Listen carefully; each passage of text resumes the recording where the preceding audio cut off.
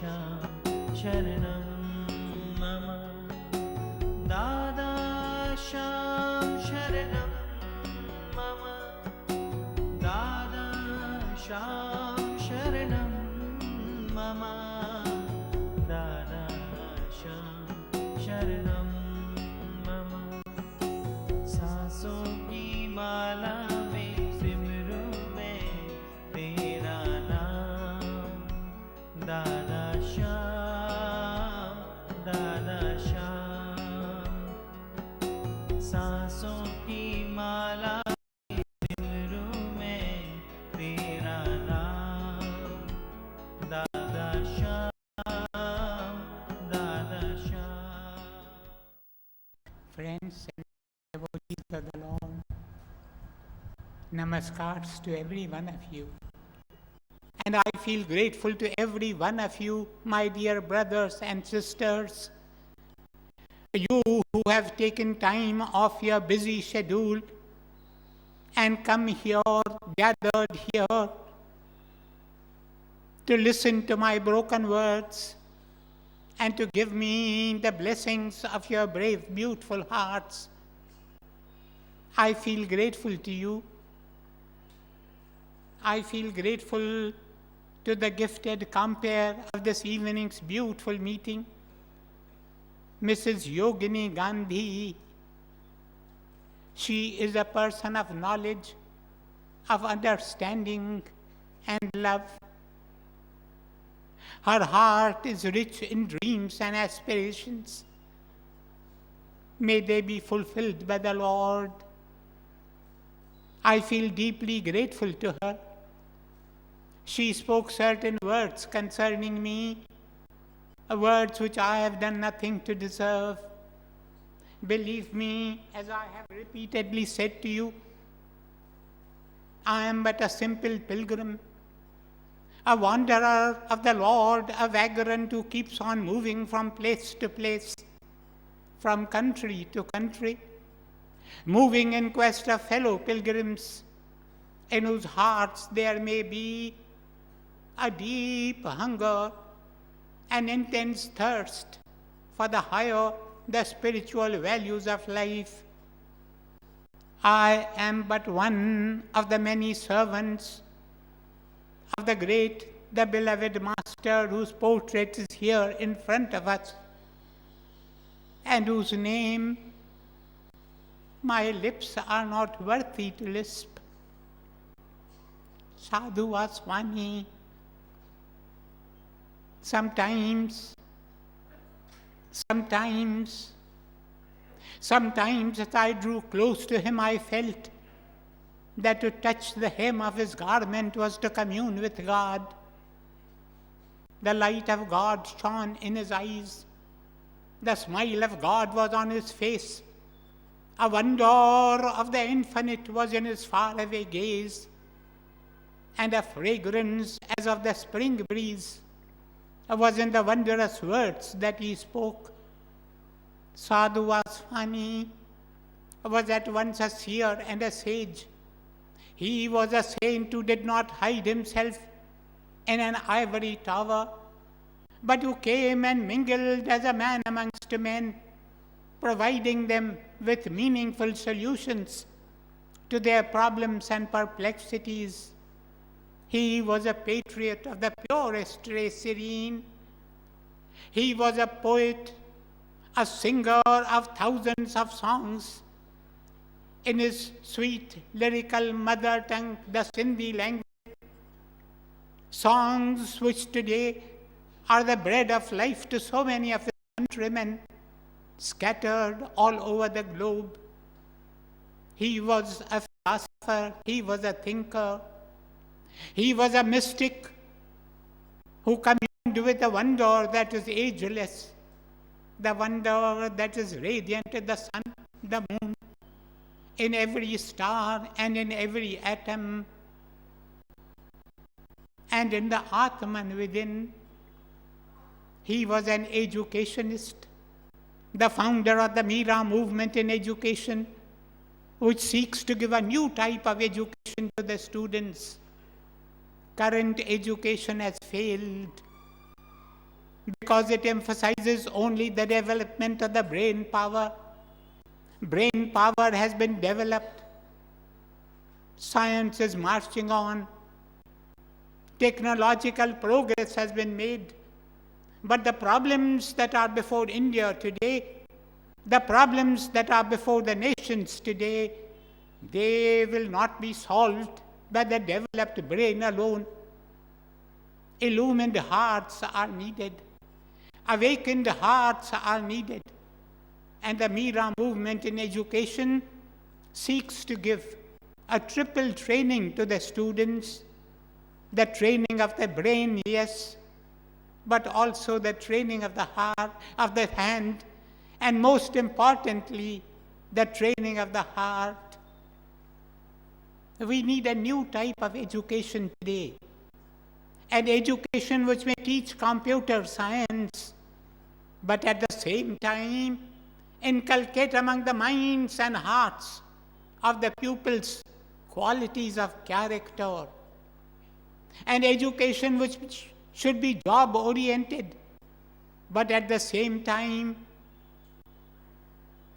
which teaches the pupils that life is larger than livelihood, that the end of knowledge is not jobs and careers, not gains in silver and gold, but service of India's teeming millions.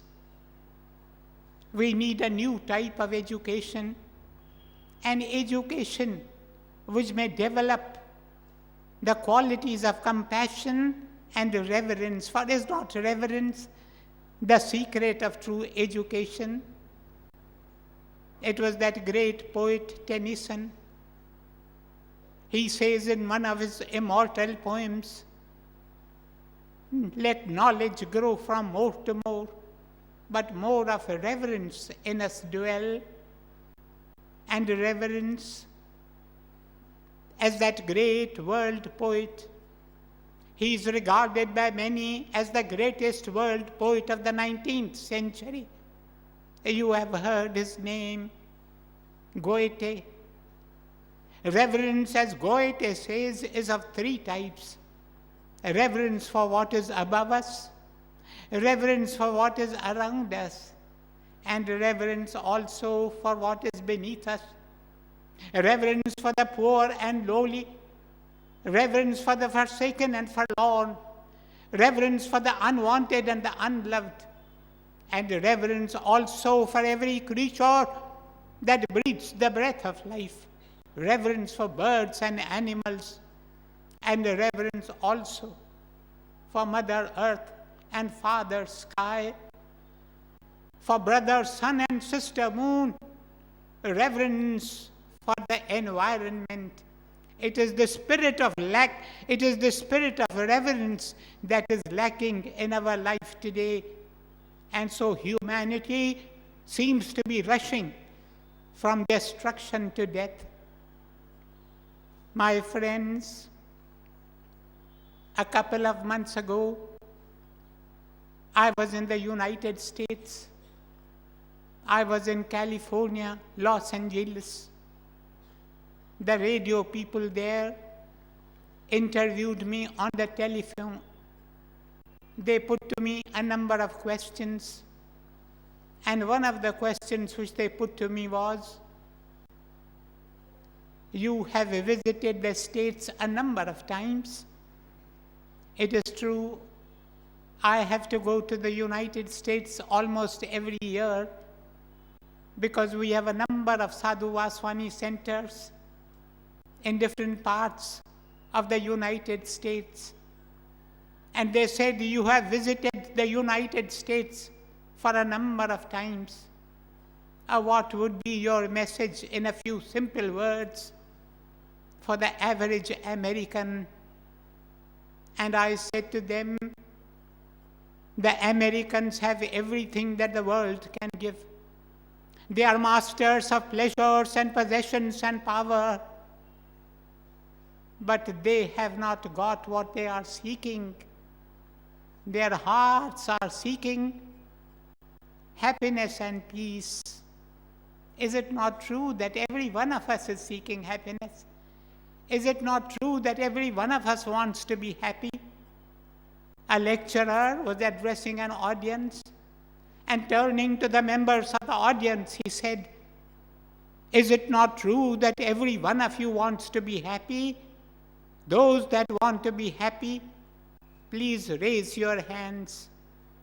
All hands were raised, but the lecturer found there was one man in the third row.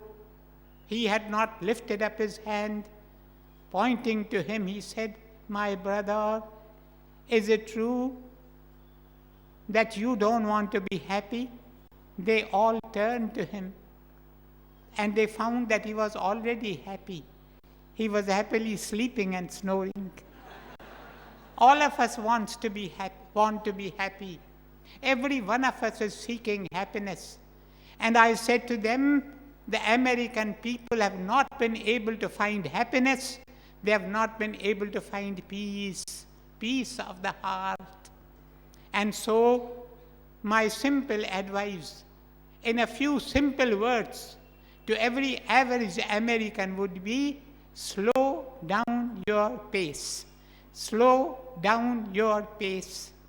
And then they put to me the question, they said, "What think you is the greatest need of your own country, of India today?" And I said to them, as it seems to me, the greatest need of India today is men and women of character. Men and women whom the lust of office will not betray. Men and women whom the gains of office will not lead astray. Men and women who will not scramble after office and power, but who will use all their power in a spirit of humility in the service of India's teeming millions. And then they asked me, "What think you is the greatest need of humanity today? What think you is the greatest need of the nations today?" And I said to them, as it seems to me, the greatest need of the nations, the greatest need of humanity today is unity, is peace. The tortured soul, the wounded soul of humanity has piteously cried for peace age after age. My friends, how may this peace be achieved? How may this peace be achieved? And as I have thought over the problem, it has seemed to me that three things are essential for creating conditions for an enduring world peace. The very first thing needed, the very first thing necessary for creating conditions for an enduring world peace, the very first thing is a spirit of fellowship. This sense of brotherhood needs to grow upon the nations. All the nations of the earth, whether great or small, are brothers.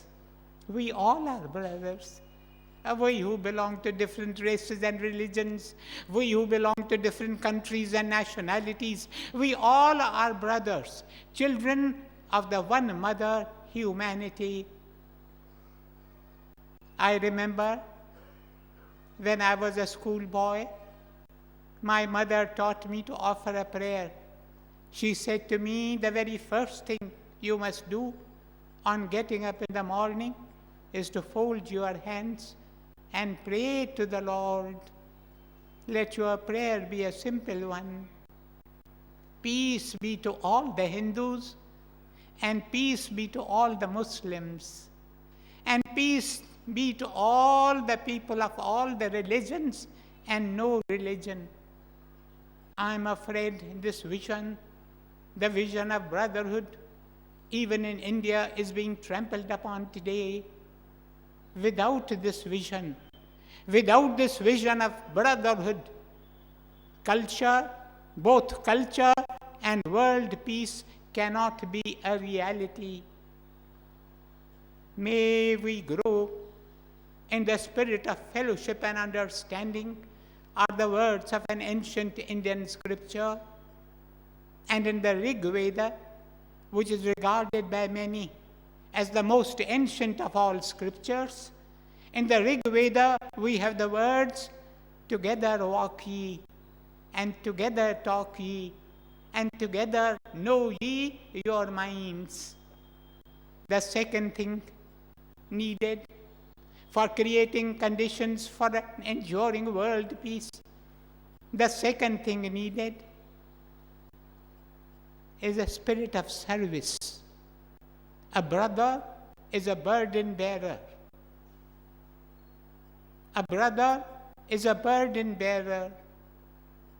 This vision needs to grow upon the nations today. Our great leaders, our great statesmen should not be out hunting for power, hunting for fame. They should rejoice in opportunities of service to the poor and lowly.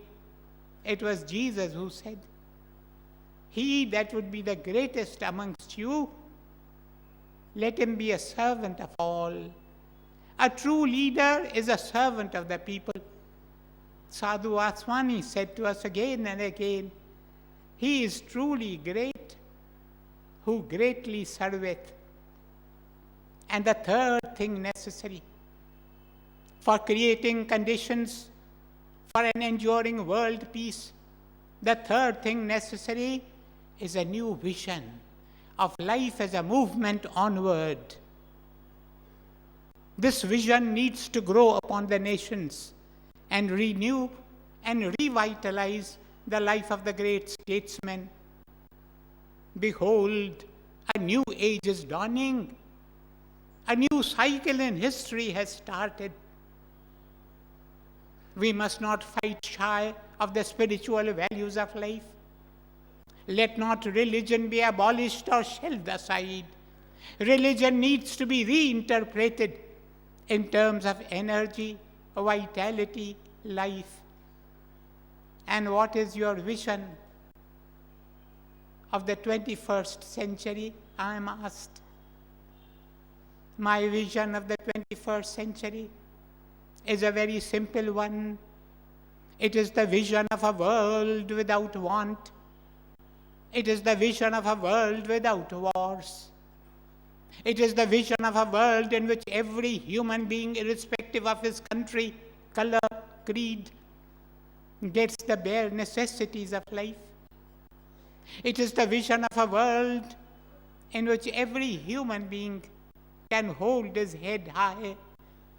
It is the vision of a world in which there is peace among the nations and harmony among the peoples of the earth. It is the vision of a world in which the right to live is granted to every creature that breathes the breath of life. It is the vision of a world which recognizes the truth that life and all the bounties of life, that all we are and have, our time and our talents, our knowledge and our wisdom, our prestige and our power, our wealth, our bank accounts, our life itself, they all are a loan given to us to be passed on to those whose need is greater than ours. There was a time, my friends, when war was glorified. Poets and bards sang in rapturous terms of the romance of war. Today, war is regarded as an evil. I have military friends who say to me, war is a necessary evil. I say to them, no, war is an unnecessary evil. It was Mahatma Gandhi, the father of the nation, who pointed out. He said the good which war seems to do is temporary, but the harm which war does is permanent. Hundreds of thousands of women become widows. Innumerable children become orphans. Millions of persons are killed. Many more are injured, and still more become refugees. This is what war does. Therefore, said Mahatma Gandhi, let us non-violently, non-cooperate with war until wars cease completely. My vision of the 21st century is that of a world in which wars enter into the museum of history. My friends, may I tell you, wars will not cease. The wars will not cease until we have stopped all killing. All killing must be stopped. No sentient creature must be killed for the simple reason that if I kill an animal for food, I will not hesitate in killing a human being whom I regard as an enemy. All killing must be stopped. If you want peace on earth, you must stop all killing. We have started in a small way an association which we have named the SAK Association, S-A-K. S stands for stop, A stands for all, K stands for killing. Stop all killing. Stop all killing. All life must be regarded as sacred. We need to grow in what that great man, Dr. Albert Schweitzer, called reverence for all life. All life must be regarded as sacred.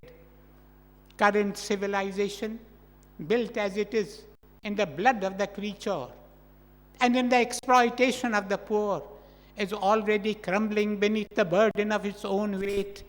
A new civilization is to be born, and this new civilization must be built in something which is greater by far, nobler by far than secular socialism. For a civilization to endure, it must be built in a new religion of reverence for all life. All life must be regarded as sacred, for there is only one life. There is one life that flows into all. This one life is asleep in the stone and the mineral. This one life stirs in the vegetable and the plant. This one life dreams in the bird and the animal. This one life wakes up in man. All life must be regarded as sacred. My friends, my time is traveling fast. Are you aware that on an average,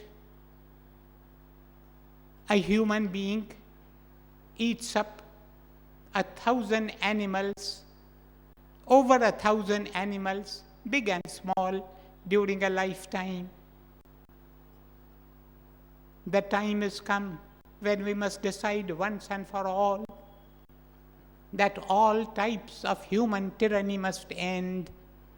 The time has come when we must recognize the moral inviolability of the creature, both human and non-human. Just, my friends, today, wherever I go, I hear of animal welfare. Animal welfare is not the answer. Animal rights are needed. Men have their rights. Do animals have no rights? Men have their rights.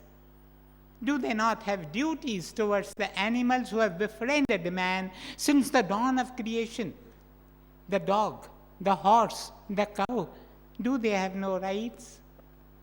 I believe that the time has come when we must all get together and formulate a charter of animal rights and a charter of man's duties towards the animals. Every animal has certain fundamental rights. And the very first right of an animal is the right to live. Life is a gift of God. We do not have the right to take it away from anyone. We cannot take away that which we cannot give. Since we cannot give life to a dead creature, we have no right to take away the life of a living one. My friends, the year 1789 is a landmark in the history of humanity. It was in that year that the French National Assembly passed a Bill of Human Rights. For the first time in the history of humanity, human beings were given their rights. Otherwise, kings were regarded as sovereign. They could do whatever they liked. For the first time, human beings got their rights. This was in the 18th century. The 18th century gave rights to human beings. The 19th century, thanks to the dedicated efforts of that wise, that sagacious, that saintly president of the United States, Abraham Lincoln, thanks to him, that slaves were given as rights. Otherwise, slaves had no rights. They were treated as animals. You could do whatever you liked to them. The master had freedom even to kill a slave if he so desired. But Abraham Lincoln came forward and he said, there could be no sin greater than slavery. And the 19th century, due to his dedicated efforts, gave rights to slaves. The 18th century gave rights to human beings. The 19th century gave rights to slaves.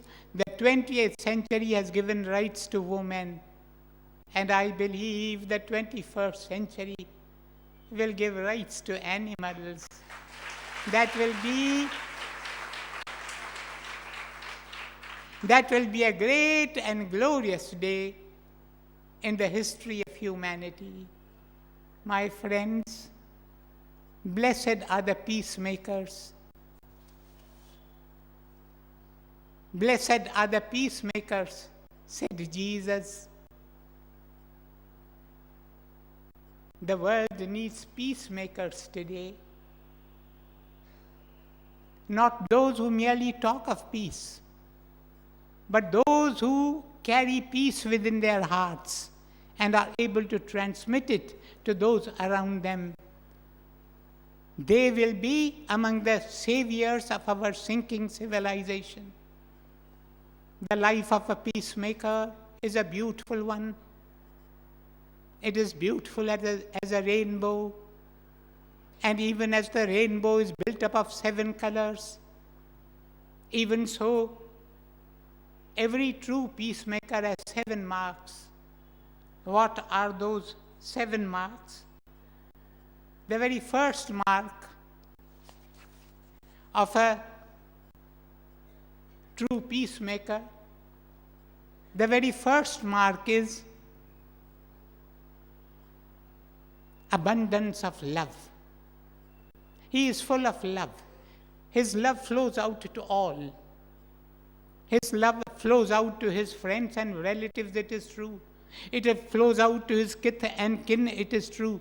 But it also flows out to everyone.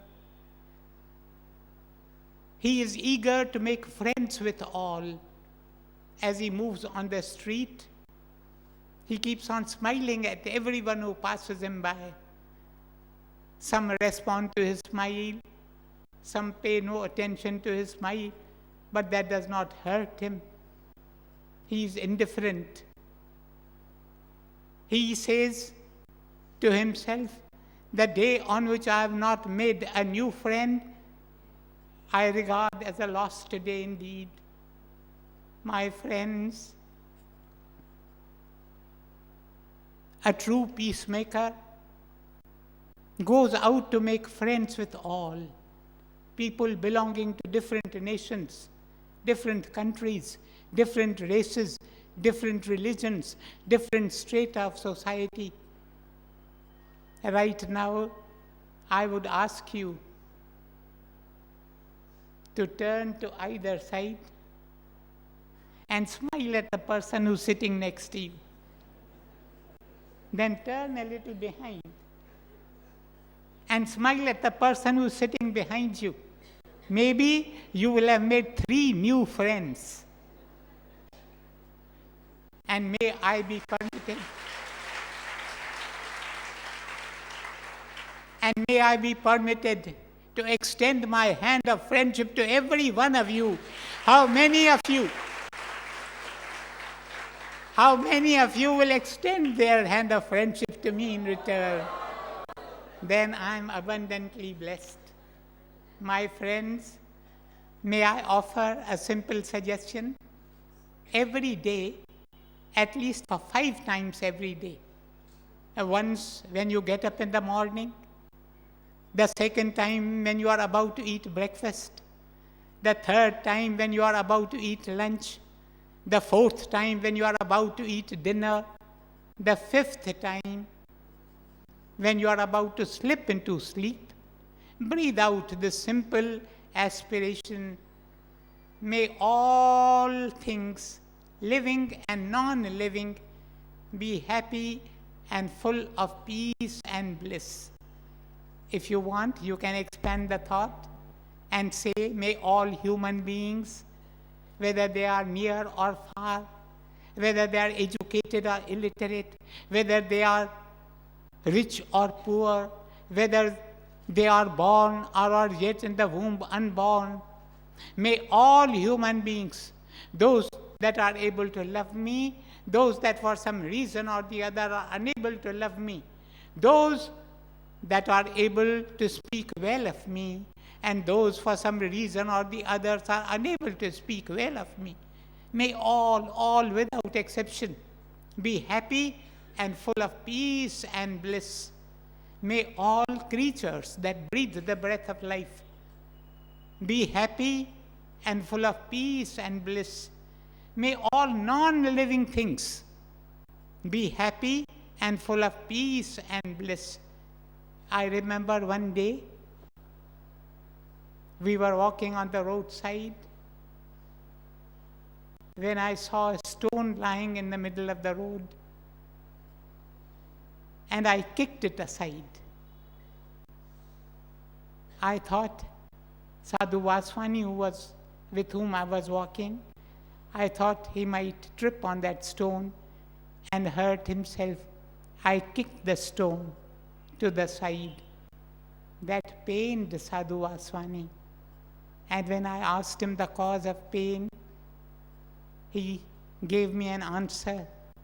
In the Sindhi language, he said, Je pothiya mein Parmeshwar, ta patthar mein ko byo.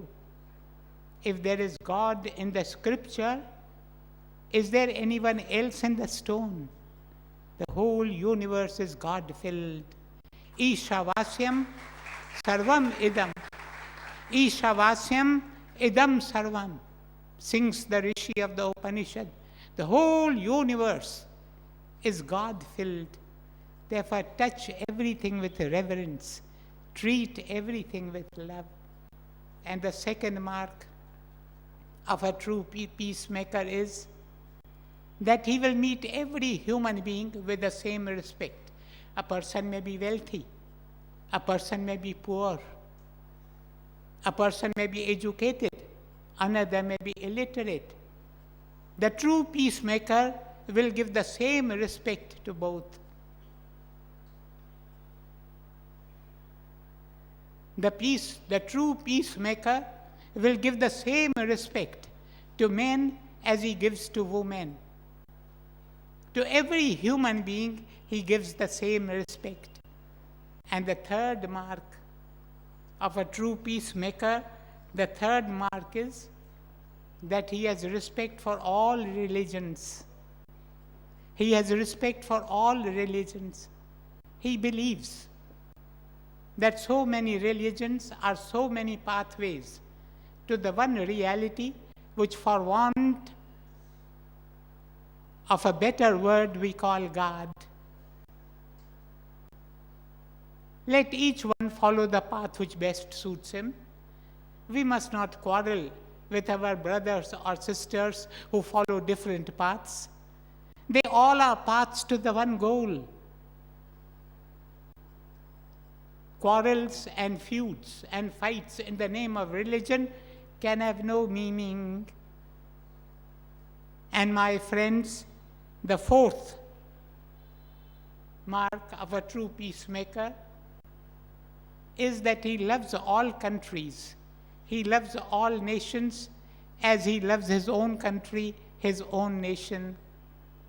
Significant are the words of the ancient Rishi who exclaimed, "The whole world is my country, and to do good is my religion." And the fifth mark of a true peacemaker is that he makes no racial discrimination. He does not believe in racial discrimination. There are no superior races. There are no inferior races. This is only a prejudice of the mind, and the mind must be educated in the right way. As our sister said to us in such eloquent terms, that how can there be Muslim terrorism? How can there be Irish terrorism? How can there be Hindu terrorism? Significant are the words which a priest uttered on a memorable occasion some time ago. He said, if you dislike me because I am ignorant, I can be sent to a school and educated. If you dislike me because I am dirty, I can be taught how to wash myself and be clean. If you dislike me because of my unsocial habits, I can be taught how to live in society. But if you dislike me because of the color of my skin, I can only refer you to God who made me. My friends, the sixth mark of a true peacemaker, the sixth mark of a true peacemaker is that he will never become a party to exploitation of one man by another, or of one nation by another. He believes that our relationships are best strictly on justice. There should be no exploitation of one nation by another nation, no exploitation of one man by another man. And the last and the final mark of a true peacemaker is compassion, of which non-violence is only a negative aspect. Compassion, compassion, compassion. He will meet everyone. He will solve the problems of everyone in a spirit of compassion. Compassion.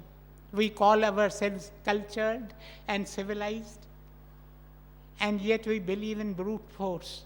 We cannot live without brute force. We call ourselves cultured and civilized, and yet we believe that might is right. So long as we believe that might is right, there can be no enduring world peace in the world. My friends, we should be compassionate in our dealings one with the other, and in our dealings with birds and animals, and in our treatment of the environment of nature.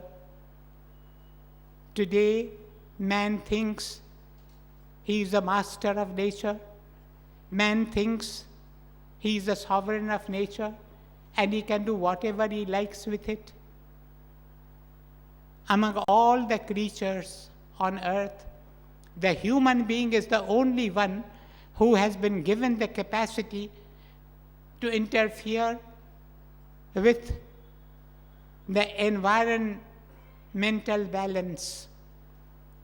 Therefore, above all other creatures, human beings have the special responsibility to see that the environmental balance is not disturbed, to see that life in all its integrity and diversity is preserved, to see that there is no destruction. As I have already said, to destroy nature is to destroy mankind. My friends, according to an estimate, every day, 120 species are becoming extinct. 120 species that were the result, plants and animals, that were the result of many billions of years of evolutionary process, they are becoming extinct. They are no more. 200,000 acres of rainforest are being destroyed every day. 13 to 15 million tons of toxic waste are being dumped into our air, our water, our soil every day. And yet we are asleep. When shall we hear? When shall we hearken to the wake-up call? My time is already over. I must bring my little talk to a close. Today, the nations are wandering in a jungle of darkness. Today, humanity stands amidst unseen ruins. Today, humanity seems to be standing on the brinks of a precipice. Today, Mother Humanity is shedding tears, while our children are busy manufacturing weapons of death and destruction. Today, humanity is as an orphan in the night, an orphan crying for the light. The stage is come, the time is come, when we must, as individuals or as nations, we must love each other. We must be at peace with each other or perish. There is no other choice.